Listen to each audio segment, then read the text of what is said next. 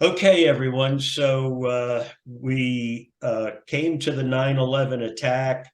The thought is it is believed that the attack came from Afghanistan, and the U.S. Acts aggressively in retaliation. Now, what happens is there are people in the White House, though, who are determined to make the connection between this attack, allegedly from Afghanistan, and Saddam Hussein. And even though the intelligence community has said there is no connection, the White House is continuing to seek information and a reason to then include Iraq into the axis of evil that they can then attack. Material could build one within a year. The Bush administration made up its mind to go to war on September the 11th, 2001. That very first day, on September 12, one day after September 11, the meeting that was held in the White House, in the Situation Room, led to Rumsfeld asking the question, shouldn't we use this as an opportunity to do something about Iraq as well? We all said, but no, Al-Qaeda is in Afghanistan. We need to bomb Afghanistan. And Rumsfeld said, there aren't any good targets in Afghanistan, and there are lots of good targets in Iraq. From that time on, you were dealing with rationalization and justification for the war. You weren't dealing with real causes for the war or real reasons for the war. There was never a clear and present danger. There was never an imminent threat. With weapons of mass destruction. Weapons of mass destruction. Weapons of mass death. Weapons of mass destruction was a convenient way of tricking our Congress into giving the president authority to wage this war. Saddam has resumed his efforts to acquire nuclear weapons. Develop nuclear weapons. Nuclear weapons. It was clear that Iraq did not have a nuclear weapons program.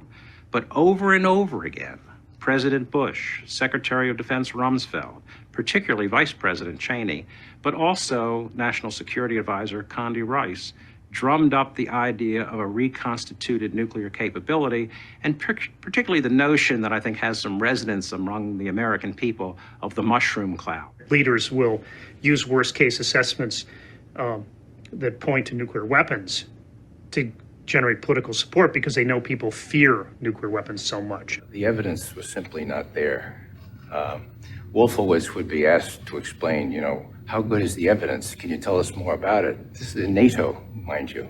And he'd say, well, it's like this. It's like pornography. Hard to describe, but you recognize it when you see it. My God. And we're going to go to war on that? If someone is waiting for a so-called smoking gun, it's certain that we will have waited too long. We don't want the smoking gun to be a mushroom cloud. We cannot wait for the final proof. The smoking gun that could come in the form of a mushroom cloud. So a lot of people who supported the war in Iraq actually believed that Iraq had the capability to fire missiles that could reach the United States, carrying payloads of nuclear or chemical or biological weapons. Iraq has never had the capability to do that. They didn't have it in the first Gulf War. They didn't have it in this war in Iraq.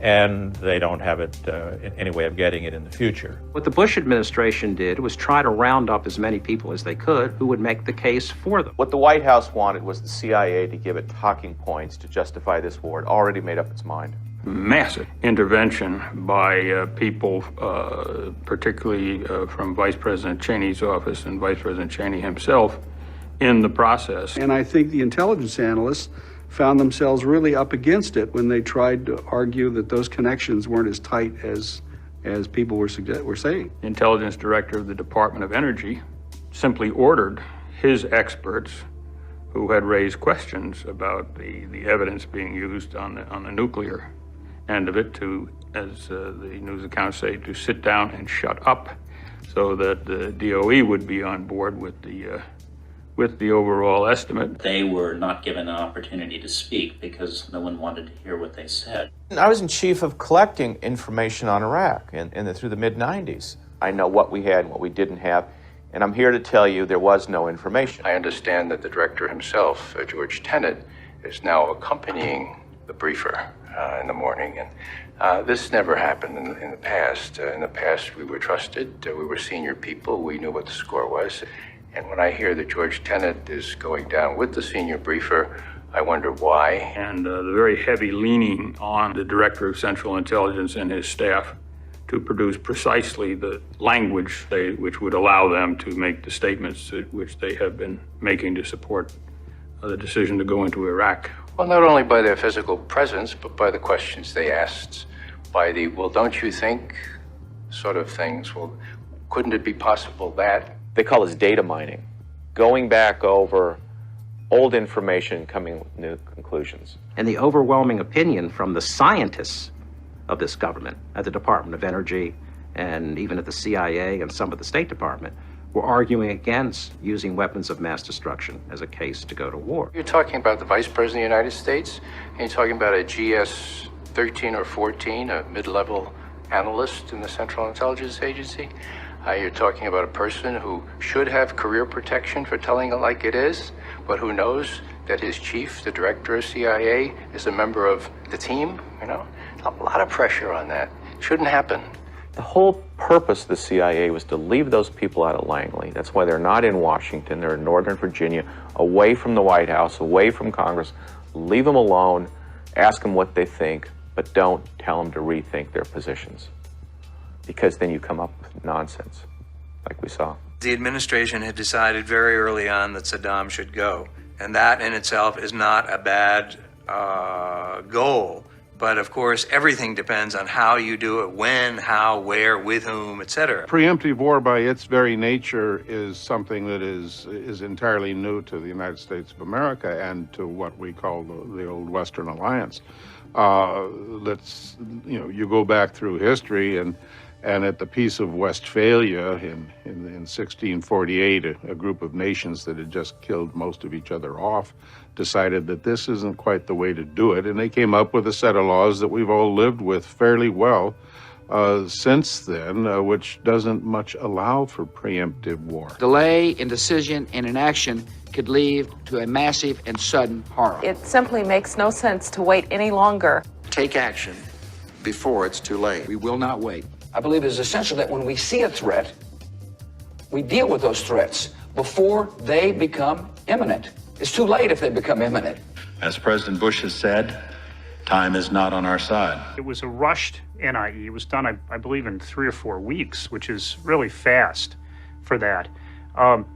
It wasn't done earlier, from what I understand, because the Bush administration didn't want such a document that had caveats. That's why they never asked for a comprehensive national intelligence estimate within the intelligence community on this particular problem, because they knew the intelligence community didn't agree on any of these issues. The National Intelligence Estimate is really about, 5 major players, but 10 intelligence agencies in total, weighing in on the basic situation with weapons of mass destruction. It only happened because the head of the Senate Intelligence Committee, Graham, called for it. And so I think the Bush administration resisted having an NIE, and then once it was out, selectively picked what was useful to their argument. Most of their qualifications were simply filtered out. The sanitization of the original estimate was not true to its real meaning. All the modifiers were dropped off. It was a prosecutor making a case using what benefited his case, ignoring evidence that would undermine his case, and there was no defense attorney to give us the other side. And the end product used by policymakers, particularly in its discussion with the American public, were much more forceful than could have possibly been when originally written by CIA, DIA, or State Department's intelligence and research. It was a bizarre warping of the intelligence process, and they thought they would be able to get away with it because who's going to see the classified version? Well, later, several months later, they released parts of the classified version. They thought no one would notice. And so we wind up marching off to war.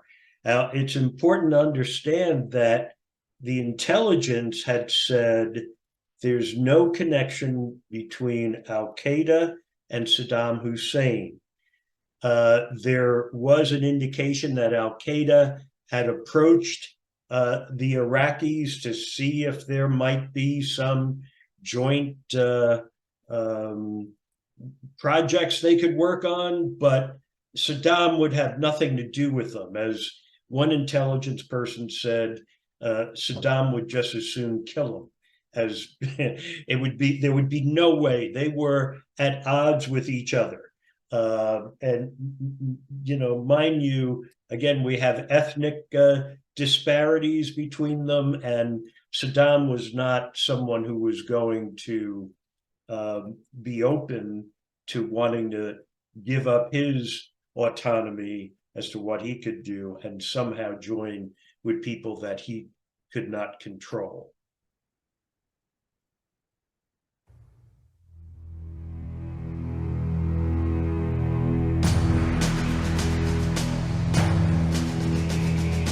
There are Al-Qaeda in Iraq. Saddam Hussein cavorts with terrorists. Secretly and without fingerprints, he could provide one of his hidden weapons to terrorists or help them develop their own. Well, the war really had absolutely nothing to do with terrorism. There was no connection whatsoever between Iraq and the secular regime there and the religious fanatics who perpetrated 9/11. They wanted to believe that there was a connection, but the CIA was sitting there, the FBI was sitting there, I was sitting there saying, we've looked at this issue for years. For years we've looked for a connection, and there's just no connection. Saddam was not a maniac or a fool. He was a terrible villain, yes, but he was not going to sacrifice his own life and the future of his country to stupid adventures with terrorists who had completely antithetical views to his. It is just inconceivable to anybody who understands Saddam Hussein and understands the nature of highly centralized dictatorships generally, that dictators would want to give up control of their most potent weaponry. Because once you've given up control, you have no control. So you can't say to Al-Qaeda, you will use this or you won't use it. The decision on whether or not they're going to use it depends on what Osama bin Laden does. Do you want to entrust your fate to Osama bin Laden and his nihilistic ways? I don't think so. Saddam Hussein is a psychopath and a sociopath. He was not an irrational being in the sense that he was going to ensure his own demise by doing something like that. Al-Qaeda has had total contempt for Saddam Hussein himself. He's been a socialist. He's been very harsh. He's treated Islamic leaders, Islamist leaders, extremely harshly. Iraq, and we have very good intelligence on this, was not part of the picture of terrorism before we invaded. Saddam Hussein and bin Laden were enemies. Bin Laden considered and said that Saddam Hussein was the socialist infidel.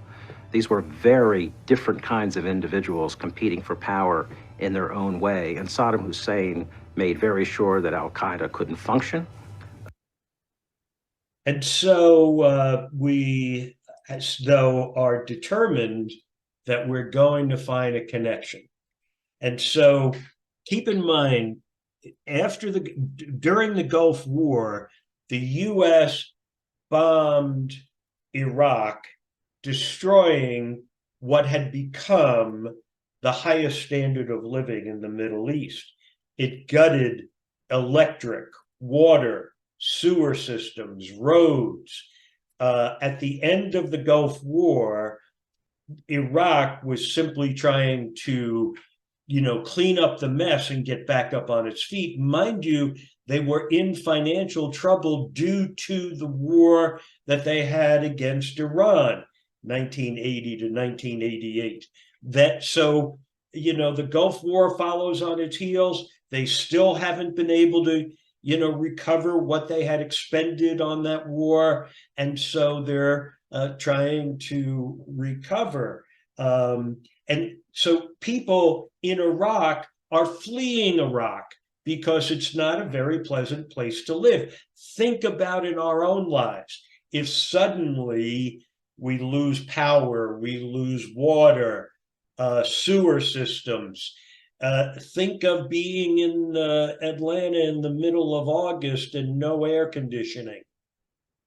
Imagine having a class and having Zoom. simply disappear and you're supposed to be the presenter. Understand, really, when all of those things are taken away, there is enormous human distress that is going on. So many Iraqis sought to flee Iraq. That kicked off a refugee crisis throughout Europe that is continuing today. One of those people who wanted to get out of Iraq desperately wanted to get into Germany. And so he had the idea of going to the Germans to seek asylum and to say, I have information of Saddam's weapons of mass destruction. I can help make the connection between Saddam and Al-Qaeda. And the Germans listened to him. The Germans documented what he said. The Germans shared it with US intelligence reluctantly. And his code name was Curveball. And Curveball became the source for arguing that Saddam was pursuing weapons of mass destruction. Mind you, what he communicates is that Saddam has decided to, because, you know, we sent in inspectors to look through everything in Iraq to see any weapons of mass destruction or anything that would connect with it, and found nothing. So what he says is, Saddam has outsmarted you. And the way he did it is by taking his labs and putting them in mobile homes. So you basically have what's going to be a double wide riding down Interstate 85 that is a lab for making weapons of mass destruction. This is a ludicrous claim. This is, understand, these facilities where you make anthrax and stuff like that are highly controlled places. The air systems alone have to be specially designed. When you walk into a lab like that, you have to take off all of your clothes and put on, you know, hazmat suits, because this stuff, if you're a scientist working on it, will kill you too. So anyone who knows, I think, I would argue, anyone who knows how to work with this stuff would not agree to go work on that stuff in a mobile home. It's just, it would be suicidal. But that is the story, and Curveball is the source of it. When Colin Powell made his presentation before the UN, the Germans were watching and they realized that he's using Curveball as his source of information. And they say, we told them this guy was not credible. We now know that Saddam has resumed his efforts to acquire nuclear weapons. Among other sources, we've gotten this from firsthand testimony from defectors. Access to emigres and defectors with more direct access to these programs. From 3 Iraqi defectors, we know that Iraq in the late 1990s had several mobile biological weapons labs. It was only after defectors told us about it. Their inspectors were in the country. The most important information that inspectors have ever gotten on what's going on in Iraq have come from defectors. We know about that capability from defectors and other sources. A recent defector stated that as recently as August of 1998, that's while inspections were still going on, a formal order was issued to proceed with the nuclear program at full blast. Our strategy is to bring to the world the danger that Saddam poses in his current state. Without doubt, he is developing weapons of mass destruction. Without doubt, he has chemical and biological weapons. And without doubt, for 30 years, he has been trying to acquire a nuclear weapon. The usual scrutiny of these kind of guys was just not done adequately. That there was this attitude of let's find the smoking gun, let's find the evidence, rather than let's look at what's out there and weigh the evidence. They wanted to believe him. It goes back to contacts that originated as early as the 1990s with individuals like Dick Cheney, like Paul Wolfowitz, like Richard Pearl, dealing with Ahmed Chalabi. They became enamored of this fellow who dressed like a Westerner, talked with a British accent, and appeared to be upper crust, and therefore was quite believable. And everyone in Washington was believing them. And I thought people had really somehow checked out of reality in order to go to war, that it was a war fever that had taken over. These people wanted to get back into Baghdad. They couldn't defeat Saddam Hussein, but they knew that U.S. military power could.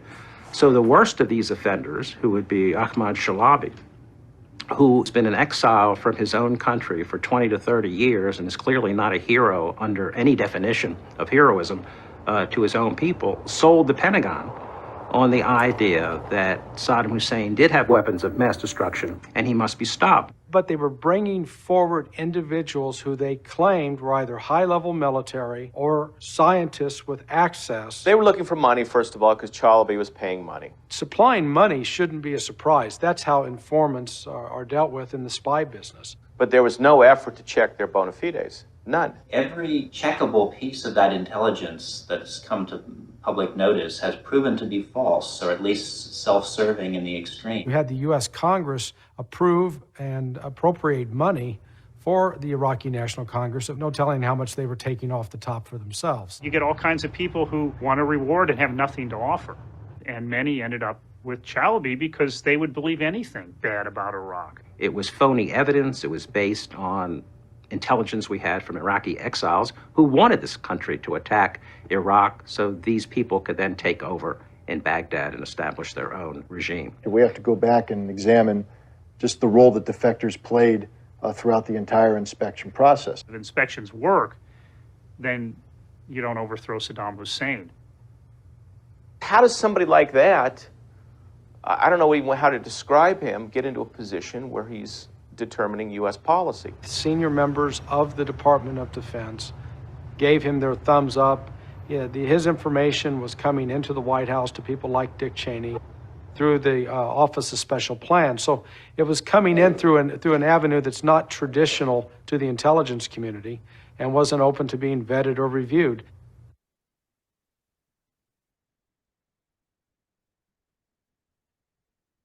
Mind you, it's important for me to add that really when you get into our intelligence community and look at the capacity and the capability of the people who are working there, I mean, this is very sophisticated stuff to the point of what is a source? Is that source credible? And you know, we dance with it in many different ways to be able to see, is this person lying to us or are they telling us the truth? That we don't just take what someone says and automatically think, oh, well, that's right. You know, no, it is picked apart. It is scrutinized in great detail. Sources are vetted very thoroughly. And even when you have, there is still a skepticism.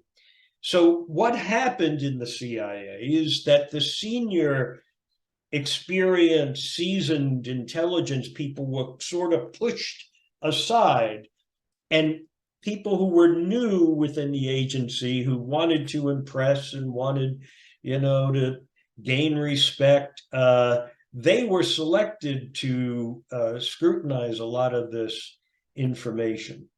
And they would make presentations to say, we now know, all that nonsense. And the more senior people who would be in those meetings would say, you know, challenge it. And there'd be fights going on, people screaming and shouting at each other.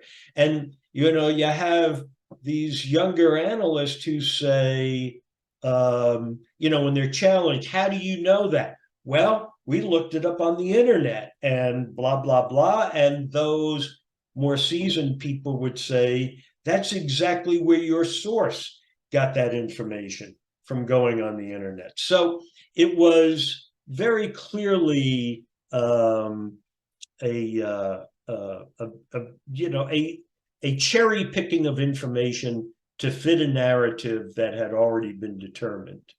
And so America then decides to invade, and even though we have no connection between Al-Qaeda and Saddam, we attack, we pull down Saddam, and we then open the door for what?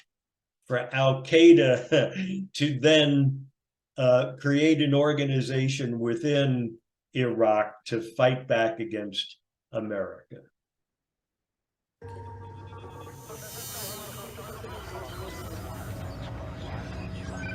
The secret history of ISIS began at the CIA in the aftermath of 9/11. There was an urgent question about Abu Musab al-Zarqawi. I was an analyst working on the team that was charged with evaluating whether or not Al-Qaeda and Iraq had conspired together to conduct 9/11 attacks. At the agency's counterterrorism center, analyst Neda Bakros was tasked with learning everything she could about Zarqawi. On the team, as an analyst, the big question was whether or not Zarqawi was part of Al-Qaeda at the time. Bakros began by piecing together Zarqawi's life. Zarqawi grew up in Zarqa, Jordan, which was also near a Palestinian refugee camp. He was a tough kid in a tough neighborhood. Poor and angry, it didn't take long for Zarqawi to get into trouble. He was a thug. He was in and out of prison. He was a petty criminal. It was rumored that he had worked as a pimp. He was into drugs. He was into tattoos. You know, his friends in Zarqa used to call him the Green Man because of all the tattoos that he had on his body. Behind bars, Zarqawi would undergo a transformation. In this prison, Al-Jafar prison, they allowed him to share cell block with other radical fighters or people who wanted to launch jihad. In prison, he really came into his own because he managed to dominate the other prisoners. He managed to establish himself as a leader. He took his religion more and more seriously. Zarqawi at the time was the muscle of the movement in jail, and he roughed a lot of people up during his time in jail. As the Green Man became more religious, he knew his tattoos would be viewed as sinful. A razor blade was smuggled into the prison. It was brutal. He had them actually, the skin taken off. It's like he's shedding his old life, and this tattoo was a reminder of who he was, and he had to get rid of that to almost purify himself. After 5 years, Zarqawi was released. Zarqawi became a leader among the jihadists in prison and came out of prison in Jordan. A jihadist firebrand had reimagined himself as a mujahid or holy warrior dedicated to the establishment of the Islamic Empire. In his quest to become a holy warrior, Zarqawi left Jordan. The CIA tracked him to Kandahar, Afghanistan. Zarqawi hoped to meet Osama bin Laden. When he does go to Kandahar to try to meet with bin Laden, he's rejected. At this point, Zarqawi is so low on the totem pole as to something that was just beneath him. Neither Osama bin Laden nor his deputy, Ayman al-Zawahiri, were terribly impressed with him. He seemed and acted like a thug. He was not very sophisticated. In fact, they considered him a rather poor recruit to Al-Qaeda. Zarqawi would leave Kandahar determined to continue jihad and to prove bin Laden wrong. In 2002, he saw his chance. As President Bush signaled Saddam Hussein had to go, Zarqawi moved to a terrorist camp in northern Iraq. It set off alarm bells at the CIA. CIA operations officer Sam Faddis, who ran a kill-capture team, was assigned the case. Headquarters is extremely interested. I mean, the number one time-sensitive priority as of June 2002, when I left headquarters, was go collect on this Islamic extremist enclave along the Iran-Iraq border. It didn't take long for Faddis to find Zarqawi and learn what was going on in the camp. We literally had guys that were working for us that were inside the camp. They're working on chemical and biological weapons. They were doing a lot of work with cyanide-based things. At CIA headquarters, it was a threat they could not ignore if American troops were to invade Iraq. If we took Saddam out, Zarqawi was going to cause a lot of problems. He was someone who we would have wanted dead if we had the opportunity and the wherewithal to do it. And Sam Faddis had a plan to do just that. I mean, a handful of aircraft tomorrow, with the specificity that we have in their locations, will end this threat, and we will finish these guys. This seemed like the perfect moment. We know where they are, we know what they're up to. This seemed like the right time to target them and to go after them. The attack plan was fast-tracked from the CIA to the White House. But as America prepared to take out Saddam Hussein, the president was told that hitting Zarqawi could cause a problem. I remember there were discussions about attacking various camps that we thought bad guys were hanging out in. And I think the one you're referring to, we made a judgment that let's not start the war before we're ready. When news of the decision reached CIA headquarters, there was frustration. Oh, I couldn't believe it. We have a prime opportunity to take out a jihadist that we know poses a threat to our allies, in addition to American forces once they invade. There was nobody on that team who felt like Washington had made the right decision. There's another country getting up, ready to go up in flames. We're giving them time and space. This will turn out very badly. We need to get rid of them right now. But as Vice President Dick Cheney headed to the CIA, he was preparing to do something else with Zarqawi. Use him to connect bin Laden and Saddam Hussein to make the case for war. Vice President Cheney came to the CIA asking lots of questions. He wanted to know, not only is there a connection between Saddam Hussein and bin Laden, but we want there to be a connection between the two. The CIA. And so we, I mean, it really is incredible that we're so determined to make this connection so we can justify the attack on Iraq, that through those actions, we create the circumstances that brings Zarqawi to power. And mind you, this guy is so insane that bin Laden and Zawahiri try to rein him in. They're like, you're too brutal. You're making us look horrible in the world. You've got to calm down. But no, we unleashed the monster. And to continue this, they then rope in Colin Powell to be able to make the case to the UN for why we needed to go to war.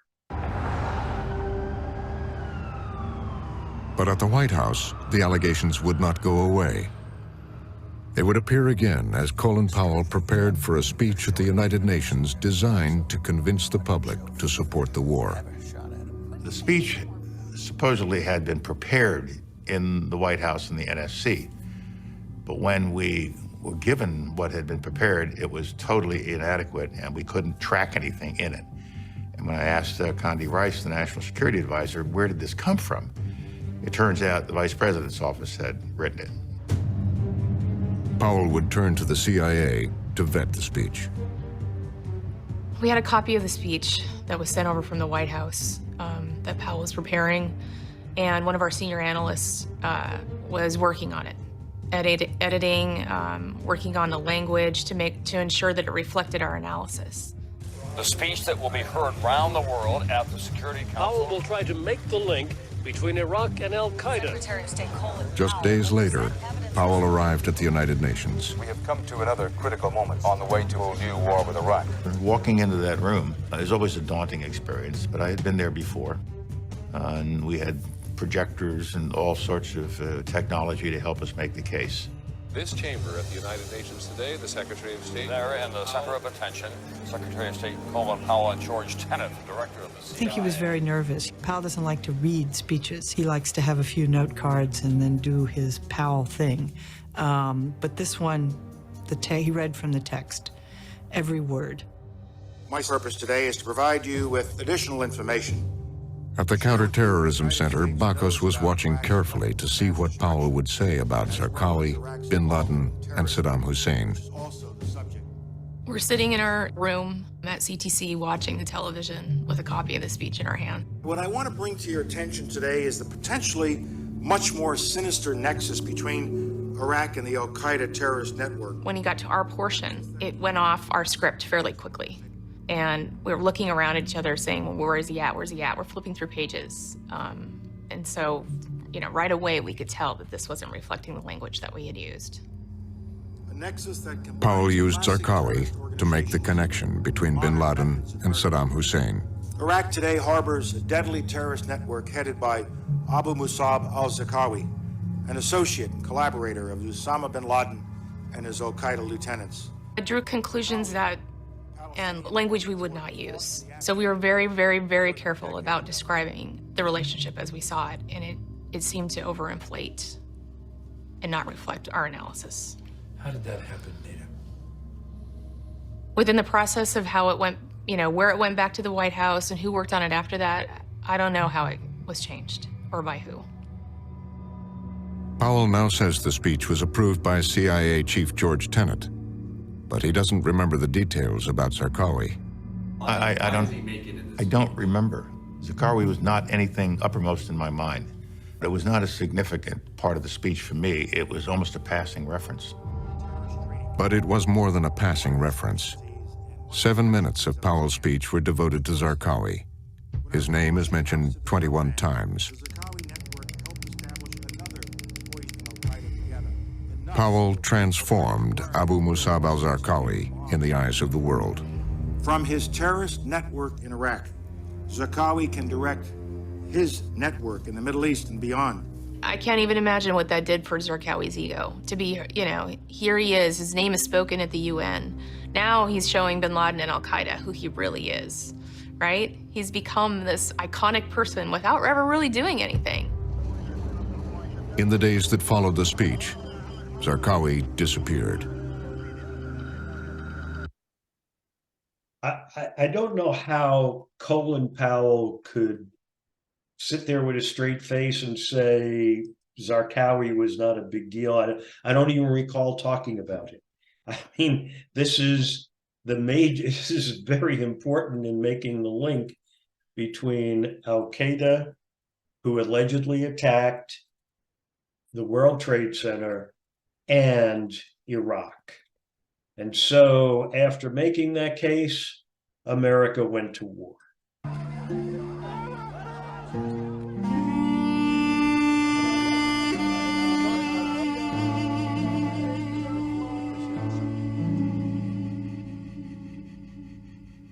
From January 2003 to January 2005, I was chairman of the National Intelligence Council.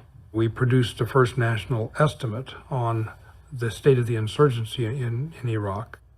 The estimate delivered pretty bad news. It basically laid out sort of bad, worse, and worst scenarios. The president called it guesswork, and his press spokesman called it hand-wringing and naysaying. What was really revealing to me was the president hadn't read it.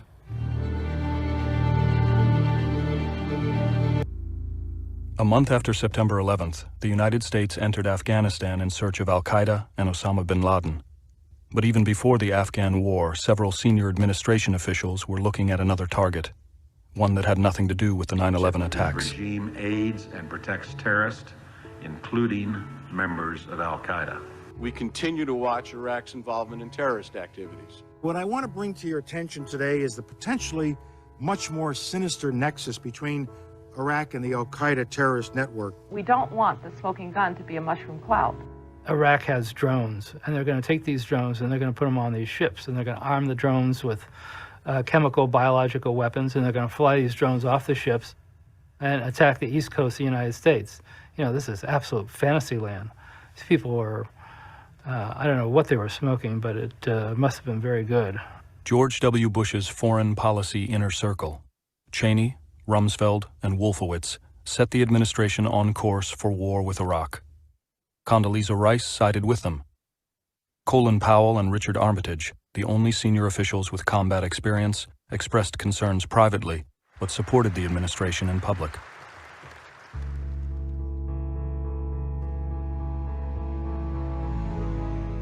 Bush's advisors had been involved with Saddam Hussein since he invaded Iran in 1980.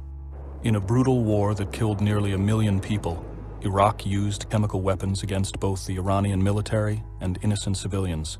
Saddam invested billions of dollars in nuclear, chemical, and biological weapons programs, while murdering 300,000 of his own citizens. But the Reagan administration, fearing Iran, supported Saddam with military intelligence and economic aid. Donald Rumsfeld met with Saddam in 1983. Colin Powell was Reagan's national security advisor from 1987 to 1989. It's really summed up in a dreadful but very, very telling State Department document from 1987, which said, human rights and chemical weapons use aside, comma, our interests run roughly parallel to those of Iraq. The Iran-Iraq War ends in stalemate in 1988. In 1990, Saddam invades Kuwait. A U.S.-led coalition expels him in a war masterminded by Dick Cheney, then Secretary of Defense, Paul Wolfowitz, then Undersecretary of Defense for Policy, and Colin Powell, then Chairman of the Joint Chiefs of Staff. The first President Bush urges Iraqis to stage a coup against Saddam. There's another way for the bloodshed to stop, and that is for the Iraqi military and the Iraqi people to take matters into their own hands and force Saddam Hussein, the dictator, to step aside. Yet when Iraq's southern Shiites rise up, the administration allows Saddam to repress them. 14 out of Iraq's 18 governorates were under rebel control when General Schwarzkopf allowed Saddam Hussein to use helicopter gunships to massacre the rebels, men, women, and children. The 1991 armistice requires Iraq to disarm, but Saddam refuses to comply.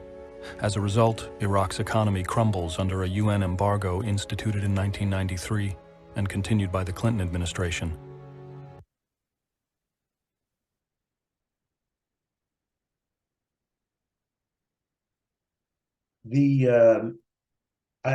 I have to add, when you look at this appetite for going to war, that it's so intense, it is so, we're going to do this. I have to go back to 1972, when Saddam nationalized the oil assets. Mind you, we are talking about a source of enormous wealth. At this hour, American and coalition forces are in the early stages of military operations to disarm Iraq, to free its people, and to defend the world from grave danger.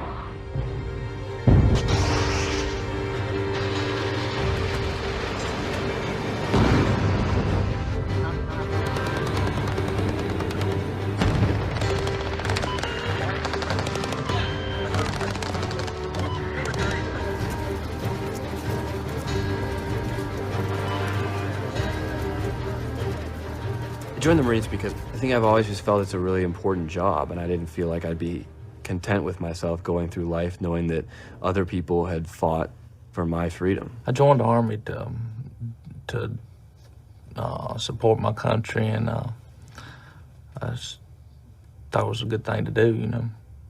It was an honor to go there and help my fellow soldiers to do what they told us to go and do there. Maybe take out a dictator out of the power to reestablish the democracy.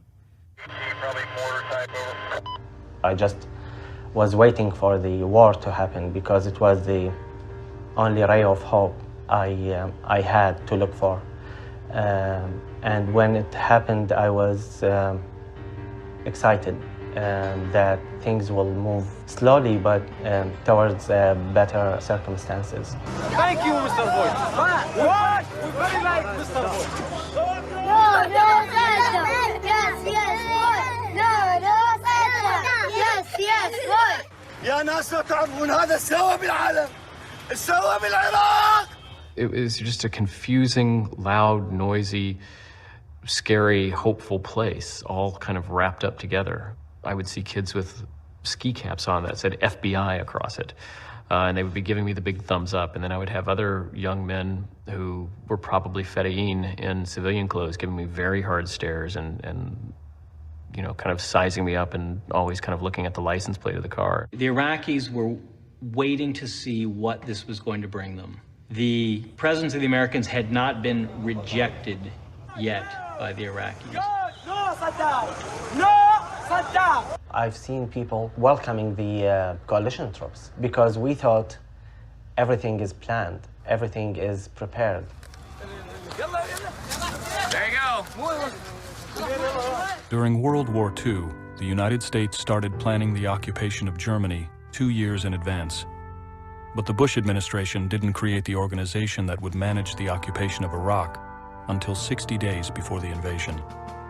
ORHA, the Organization for Reconstruction and Humanitarian Assistance, reported directly to Defense Secretary Rumsfeld.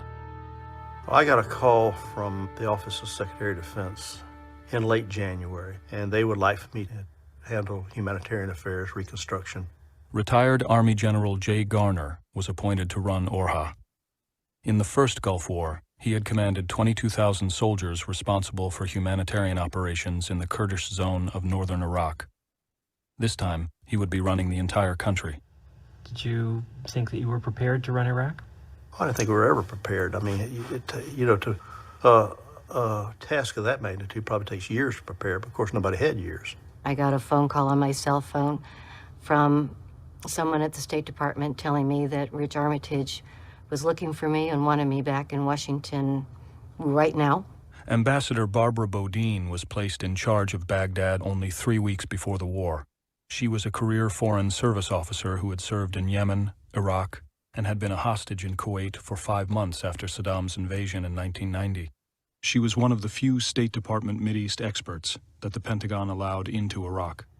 She was one of the few we could get in. I thought they initially made a mistake. They thought they had a woman and she'd be an easy mark, but Barbara was one of the toughest members of the service. By 2003, Army Colonel Paul Hughes had worked in the Pentagon for 6 years doing planning and strategy work for senior Defense Department officials. I wound up being assigned to the Office of Reconstruction and Humanitarian Assistance under Jay Garner, and I was the Director of Strategic Policy for him.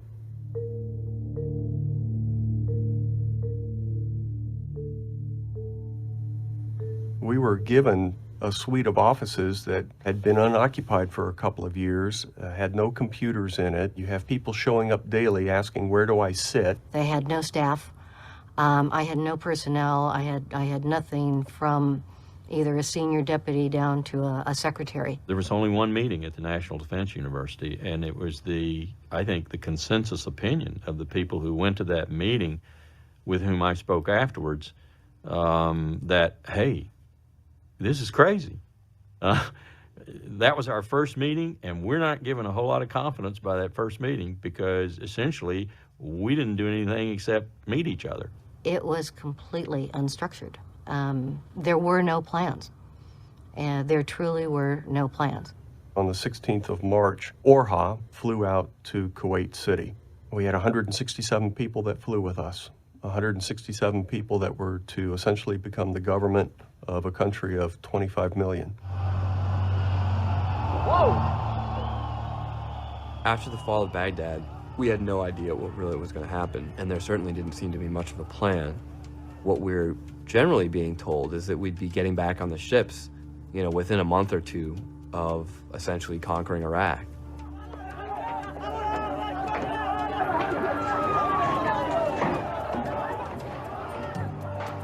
While we were in Kuwait, we were as glued to the television set as everyone else.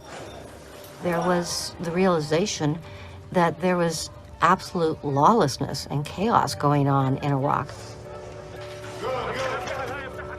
the Americans weren't doing anything. They would sit at certain intersections, but they wouldn't actually get out of the Humvees or out of the tanks and really do much. Time passed and we didn't see any progress. The only progress we found is the uncontrolled freedom looters had to loot all the governmental buildings and even private-owned companies. The looting was partly a factor of the troop levels and the sense that Rumsfeld communicated to his commanders and his commanders communicated down the chain to the platoon and company level that we were not there to run Iraq. We were there to get rid of the regime and get out. We're not under martial law here. In his order, General McKiernan was not told to establish martial law. You know, not once was martial law declared. I'll tell you honestly, we're in a transition period. I mean, there is an Iraqi civil law, but there's no, you just heard that we just opened up the first 2 courts today. So, I mean, when you're starting at nothing. Had martial law been declared, which would have been authorized under the 4th Geneva Convention, maybe we would have had a bit more security. We're a platoon of Marines. I mean, we could certainly stop looting if that was our assigned task. The greatest mystery of post-war Iraq involves that month or so after the fall of Baghdad of why the U.S. didn't do anything to control the looting, because in a way, everything that's been a problem since then started in that first month. People at the National Security Council, Secretary Powell, myself, and others, CIA director. Just imagine the room, the suite that we're. Okay. Well, we in the next 2 weeks, we're going to look at the war in Iraq and watch how it completely deteriorates. It's important to have in mind that before that attack, under the Saddam Hussein regime, Saddam came from the Sunni, which was the minority in Iraq, but it had the power. The Shia were the majority population. But they didn't hold, they had representation, but they weren't, in control of everything. So what happens is you have the Sunni that have control. Saddam gets taken down, they lose power, and they have control over the military and the police and all the rest. And when they lose power, it means there's chaos in Iraq. The Shia now want to step forward and take control, but mind you, this is being done in the midst of catastrophe, bombs blowing up everywhere, people being killed. It's a horrible situation. And so what you get is, America ripped the Band-Aid off, and what came flowing out was much worse than what they had before. Let's stop there and open up for discussion.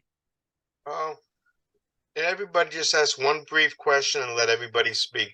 I'm going to start, Sal. You skipped Halliburton, and what was their role in all this?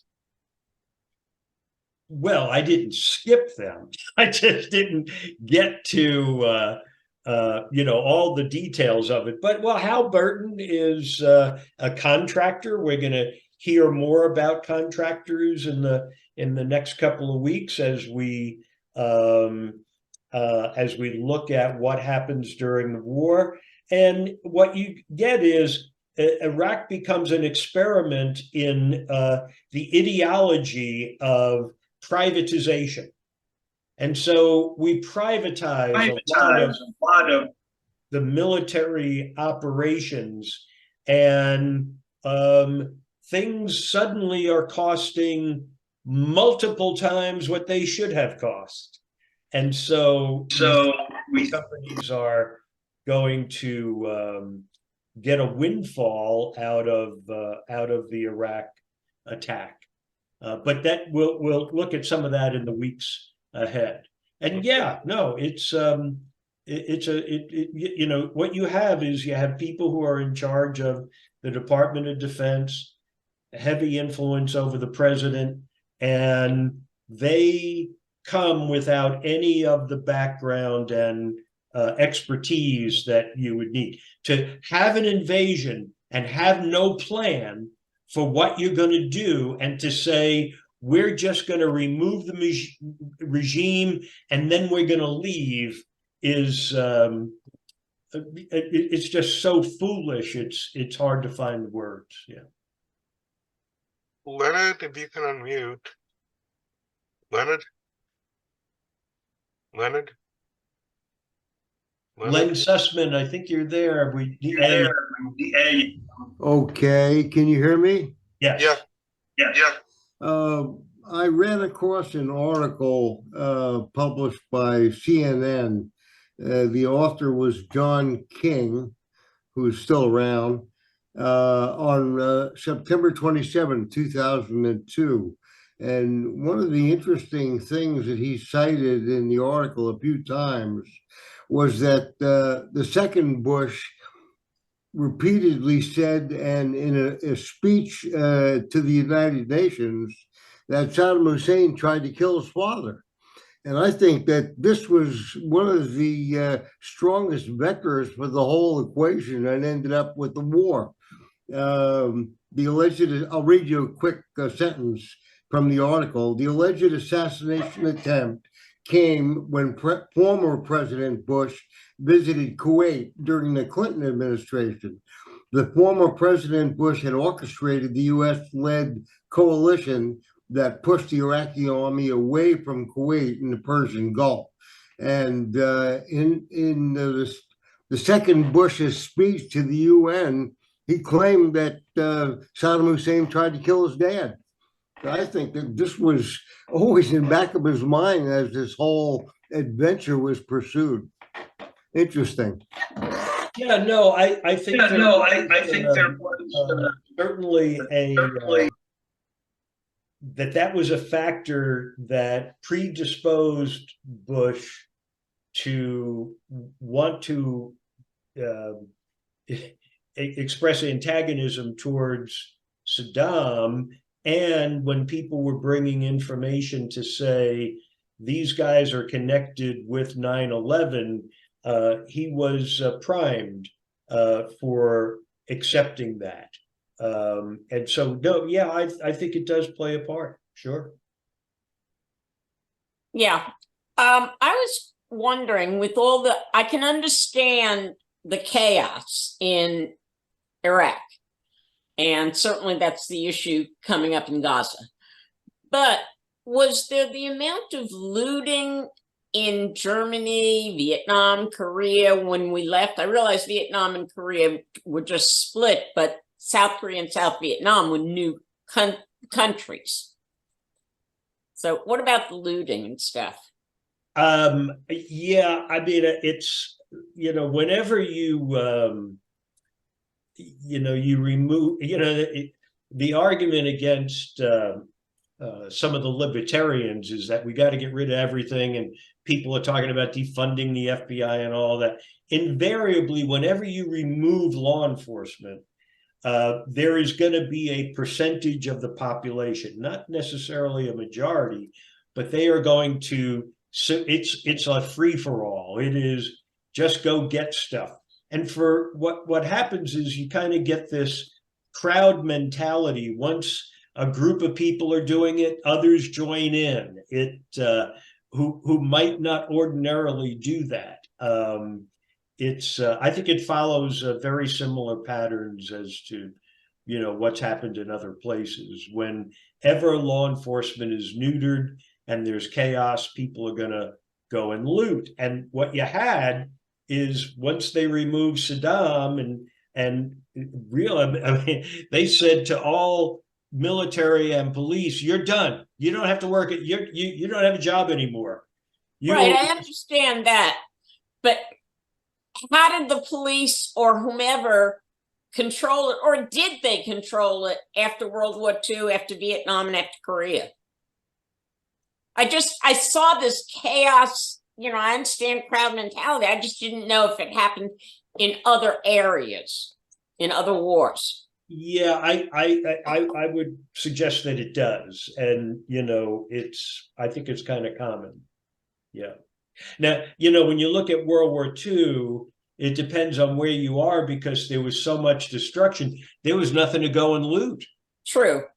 Mind you, that really from the beginning of World War II, starvation starts almost immediately. Yeah. And so there isn't anything to go and steal. Their shelves are bare already. Yeah.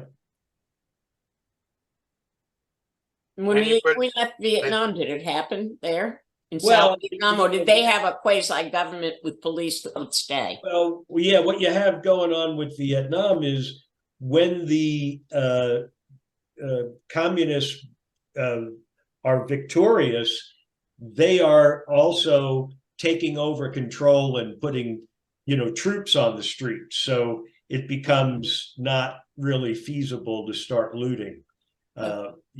So, and also it's a very poor country, so there's not a heck of a lot to go and get. Yeah. Anybody else? If everybody can, if nobody else, if everybody, hello? Did Sal give us an update on what's coming up next week?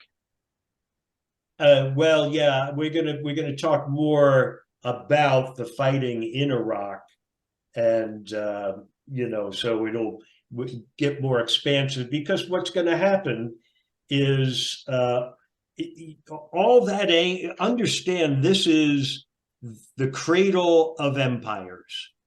The resentments and anger and agenda for fighting against the regimes is intense.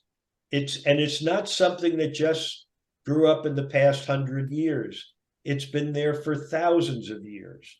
And so it becomes unleashed, and you're going to see that the Shia population now joins into the fighting. The Al-Qaeda in Iraq is extremely brutal. It then morphs into ISIL and, spreads to many other places. So, as we watch on the news today, we've got the fight in Israel. That's right next door to where we're having the fights in Iraq and all of that. So when you look at it, you can't just look at the immediate situation, because really what's behind a lot of the intense brutality is stuff that has built up over a very, very long time. And the other aspect is the role of oil here. People are very angry at the West that has extracted great wealth out of their countries and left that with no consideration at all for that population. So there's a lot of issues at play. Yeah. If everybody can unmute and give Sal a warm applause for revealing a whole bunch of issues we got. Thanks, everybody. Thank you. Well, thank you, Sal. Thank you, Sal. Sam. Bye, Thank you so much.